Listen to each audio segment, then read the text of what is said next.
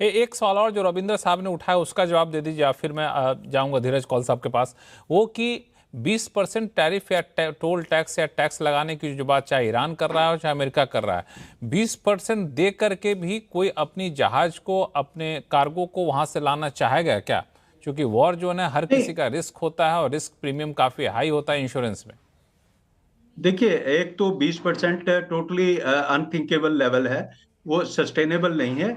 Beyond that actually इस तरह का टैक्स यदि एक जगह लगेगा तो दुनिया जो है, जो कनेक्टेड वर्ल्ड का कंसेप्ट है, और सीज में आज की डेट में ना केवल तेल और बाकी ट्रेड की भी बात है, वो बहुत बुरी तरह इफेक्ट होगा। तो दुनिया इसको अफोर्ड नहीं कर सकती, because this will become a president. तो बाकी जगह भी ऐसा होने लगेगा, बाकी प्रोडक्ट भी इससे इफेक्ट होंगे। तो मुझे नहीं लगता कि ये लॉन्ग टर्म में सस्टेनेबल होगा। अभी डिस्टरबेंस है, और इस तरह की बात हो रही है, और जहां तक 20 का नंबर है, दैट इज टोटली अनसस्टेनेबल। वो सस्टेनेबल नहीं है। अब चलते हैं धीरज कौल साहब के पास। सभी मेहमानों की बात आपने कौल साहब सुन ली। इन लोगों के जिन जिन सवालों के जवाब देना चाहें उन सवालों का जवाब दीजिए, लेकिन मेरा बहुत ही मासूम सा सवाल है कि भाई साहब, आपके राष्ट्रपति ने वहाँ पे तांडव मचाया, स्टेट ऑफ हॉर्मुज बंद हुआ उनकी वजह से, और अब खुलवाने के लिए पैसे मांग रहे हैं। ये कहाँ तक सही है? जी नमस्कार। Thank you for having me on the show. और बहुत इंटरेस्टिंग कन्वर्सेशन थी। बहुत इंपॉर्टेंट पॉइंट्स लोगों ने रेज किए, बहुत फैक्चुअल। मैं एक्चुअली जो ट्रम्प जी ने 20% की बात की है, मैं उसे पिंच ऑफ सॉल्ट ले रहा हूँ। उस पे ऑलरेडी मीम्स यहाँ बन रहे हैं और मजाक बनाया जा रहा है, तो मैं तो उस स्टेटमेंट को सीरियसली नहीं लेता, पर्सनली स्पीकिंग। मैं आपका ध्यान थोड़ा एक तरफ ले जाना चाहूंगा, क्योंकि बहुत इंपॉर्टेंट टॉपिक्स सबने डिस्कस किए। मैं ले जाना चाहूंगा आप हूती की तरफ, क्योंकि रिसेंटली आपने देखा जो जहाज ईरान से आ रहा था सना की तरफ। जस्ट क्विक रिकैप आपके दर्शकों के लिए, जो यमन है वो दो हिस्सों में बटा है। वेस्ट जो उसका एरिया है, वेस्टर्न कैपिटल जिसकी सना कैपिटल है, जो हूतीज के कंट्रोल में है, अंसर अल्लाह। और सबसे बड़ी आबादी वही है, रीजन कम है, लेकिन वहीं पे चोक पॉइंट्स हैं रेड सी के। दूसरा है पीएलसी जो साउथ ईस्ट में है, जो सऊदी बैक्ड गवर्नमेंट है। मैं आपको ये क्यों बता रहा हूं, क्योंकि तकरीबन 12% और टोटल ग्लोबल ऑयल ट्रेड और 8% एलएनजी वहां से गुजरता है। सऊदी का पहले तेल वहां से जो जाता था वो 4.2 मिलियन टू 6 मिलियन बैरल प्रतिदिन था। लड़ाई के बाद वो ही तकरीबन 70% बढ़ के 7.2 मिलियन बैरल बन गया है, क्योंकि सऊदी ने अपना ऑयल डाइवर्ट किया वेस्ट ईस्ट वेस्ट पाइपलाइन के थ्रू। मैं आपको ये ध्यान इसलिए ले जा रहा हूं, क्योंकि ईरान अब हूतीस को वहां पे काफी एक्टिवेट करना चाह रहा है। जो एयरक्राफ्ट लैंड होना था वो किसी और एयरपोर्ट में अब लैंड तो हो गया, हूती कंट्रोल्ड एरिया में, लेकिन वहां पे कुछ कमांडोज और कुछ सपोर्ट इंफ्रा के कुछ एमुनिशन वगैरह और सप्लाई दिख रही है। तो स्ट्रैटेजी मुझे लगता है डबल चोक पॉइंट की ईरान इज एंटिसिपेटिंग, ताकि वर्ल्ड के अंदर और पेन इन्फ्लिक्ट हो और देश और थोड़ा इससे सफर कर पाए। और मुझे जो दिख रहा है वो ये दिख रहा है कि अगर ऐसा हुआ, डबल चोक पॉइंट हुआ, तो वर्ल्ड इकोनॉमी के लिए बहुत ही खतरनाक चीज होगी। ऑयल की कीमतें, अगर आप कैपलर का डाटा देखें, एसएनपी ग्लोबल का देखें, 180 से 200 डॉलर प्रति बैरल तक जा सकता है। और एलएनजी प्राइसेस $40, 40-45 MMBTU तक जा सकती हैं, क्योंकि 25% ऑफ ग्लोबल सप्लाई इफेक्ट हो जाएगी। और फिर ज्यादा लंबा घूम के जाना पड़ेगा, Cape of Good Hope of South Africa.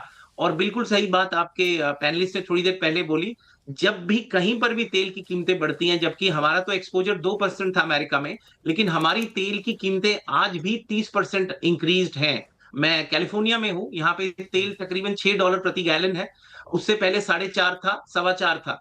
तो पब्लिक के अंदर पेन है। लेकिन इस सब में एक छोटी गुड न्यूज ये आई है, हमारा जो सीपीआई का नंबर है आज, वो 0.04% से ड्रॉप हुआ। तो इसीलिए आपको आज हमारी मार्केट्स हल्की सी ग्रीन दिख रही हैं।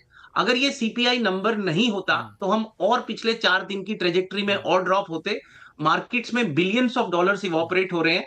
और टेक सेक्टर जो कि फ्यूचर ग्रोथ पे डिपेंड करता है, उसके अंदर तो सबसे बड़ा ब्लड बात दिख रहा है। आप तो फाइनेंशियल चैनल है, आप बहुत अच्छे से इस बात को जानते हैं। और एक और बात बताना चाहूंगा, ये बहुत अनफॉर्चुनेट है। मैं I felt very bad about it. हमारे सेनेटर लेहम ग्रेंजिले जो कि जिनकी मृत्यु आयोटिक डाइसेक्शन से हुई, उसका भी क्रेडिट कई चैनल्स पे मैंने देखा, ईरान के पैनलिस्ट आके लेने की कोशिश कर रहे थे। आयोटिक डाइसेक्शन तकरीबन 3 से 30 मिलियन लोगों में होता है, हाई ब्लड प्रेशर, कोलेस्ट्रॉल की वजह से 70 से ज्यादा मेन में देखा जाता है। तो वो नेचुरल कॉज जी। से मरे हैं। कोई कॉन्स्पिरेसी थ्योरी फैलाई जा रही थी, विच इज वेरी अनफॉर्चुनेट। पर मुझे जो दिख रहा है, आईआरजीसी के हाथ में न्यूक्लियर ईरान कोई नहीं छोड़ेगा। और ये जो पंडोरा बॉक्स खोलने की कोशिश की जा रही है कि हर नेचुरल वे पे टोल लगा दे, तो वर्ल्ड अर्थव्यवस्था ठप हो जाएगी। अगर भारत ने लगा दिया और देशों ने मलक्का पे और कहां कहां पे आप लगाएंगे, तो ये तो कभी रुकेगा ही नहीं और हम लोग स्टोन नहीं एज नहीं में वापस नहीं पहुंच नहीं जाएंगे। नहीं नहीं, वर्ल्ड ये कॉल इकोनॉमी इज साहब, कनेक्टेड। नहीं नहीं हाँ, कॉल धीरज कॉल साहब, मेरा सवाल ये है कि ईरान टोल लगाने की बात करे तो ठीक है, वो अपने नज़रिए से कर रहा है, वो समझ रहा है कि हमारा बहुत नुकसान हुआ है, हम पर हमला हुआ, हम टोल लगाएंगे, हम बार्गेन कर रहे हैं। लेकिन ट्रंप तो कम से कम ये टोल लगाने की बात ना करें, क्योंकि टोल वसूलें ना बिल्कुल। वसूलें, लेकिन अगर बात करेंगे टोल लगाने की, तो टोल लगाने की प्रथा को आप इंस्टीट्यूशनलाइज कर रहे हैं। नहीं, वो आपकी बात बिल्कुल सही है। I totally disapprove. और मुझे लगता है ये सीरियसली कोई नहीं ले रहा। लेकिन ईरान का जो $350 बिलियन का नुकसान हुआ है, अगर 2 मिलियन प्रति मेगा टैंकर से वो लेता है, तो भी कई साल लगेंगे वसूलने में। और 150 बिलियन के करीब जो उनके एसेट्स फ्रोजन है, वो भी रिलीज होने चाहिए। मैं इस बात का समर्थक हूं कि ईरान में डिस्ट्रक्शन जो हुई है, रीबिल्डिंग और रिकंस्ट्रक्शन की एफर्ट ग्लोबली दुनिया को देनी पड़ेगी। लेकिन क्या आईआरजीसी का रिप्लेसमेंट वहां से निकल के आएगा? जो फंडामेंटल, ये जो हमास मिलिटेंसी जो हम देख रहे हैं, हुतीस की, हिजबुल्लाह की, ईरान वो इजराइल की एग्जिस्टेंस को डिनाई करते हैं, क्या इस मानसिकता को वो त्यागेंगे ताकि वर्ल्ड एक पीसफुल जगह बन जाए? तो मुझे लगता है ये बहुत कुछ अब आईआरजीसी के हाथ में है, क्योंकि अमेरिका वहां पे बेकार में नहीं घुसा, किसी बहुत इंपॉर्टेंट वजहों से घुसा था। और जब हाँ, आपको याद होगा, न्यूक्लियर नरेश कौशिक एनरिचमेंट जो जी। 60% हो चुका था, 60% एनरिचमेंट हो चुका था हाँ और वीक्स बचे थे एक न्यूक्लियर ग्रेड वेपन के लिए। तो हम लोगों को ये नहीं भूलना चाहिए, 60% पीसफुल मीन्स के लिए नहीं होता। हाँ हाँ।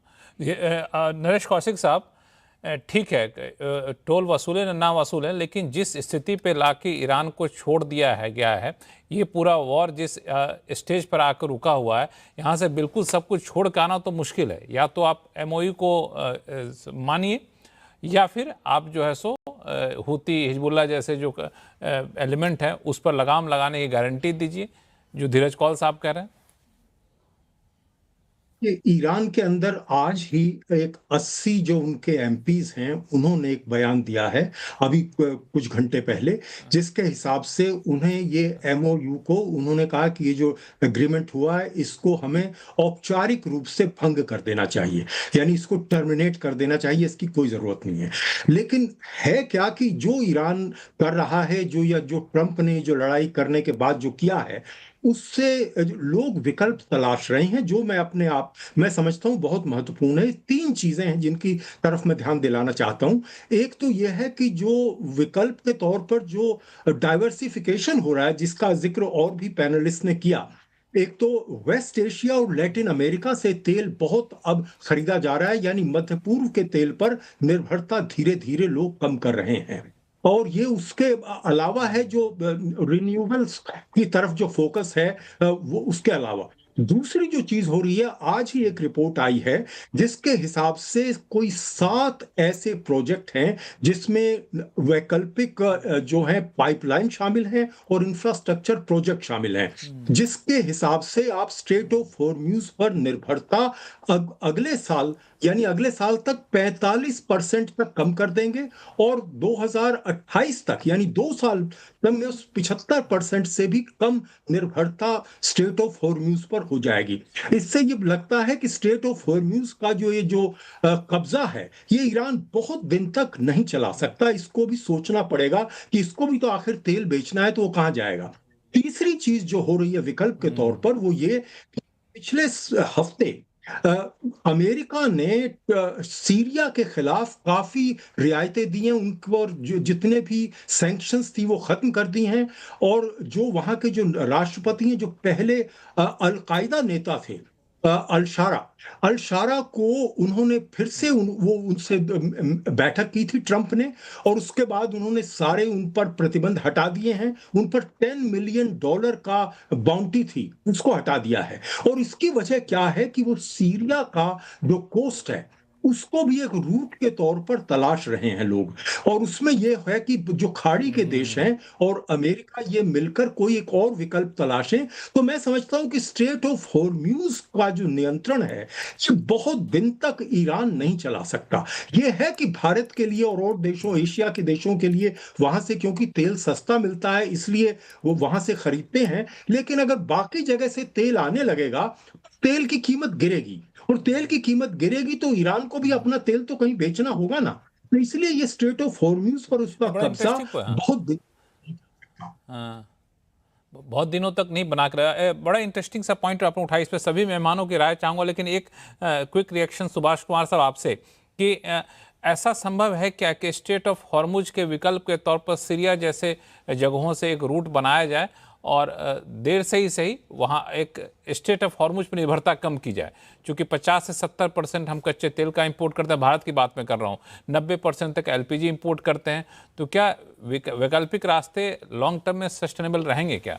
क्योंकि सीरिया की बात लक्ष्मण जी, आई थिंक कौशिक साहब ने जो जो आपने कहा, आई थिंक डाइवर्सिफिकेशन तो फंडामेंटल है। इनफैक्ट वो स्ट्रेटेजिक जो पॉलिसी होती है उसका फंडामेंटल एलिमेंट होता है। आई थिंक ये एक दूसरा मौका है जब जो हार्ड थिंकिंग के लिए कंपेल करेगा कि whether over dependence on one region या एक कंट्री या एक रीजन पे ओवर डिपेंडेंस जो है वो एक हद से ऊपर नहीं जानी चाहिए।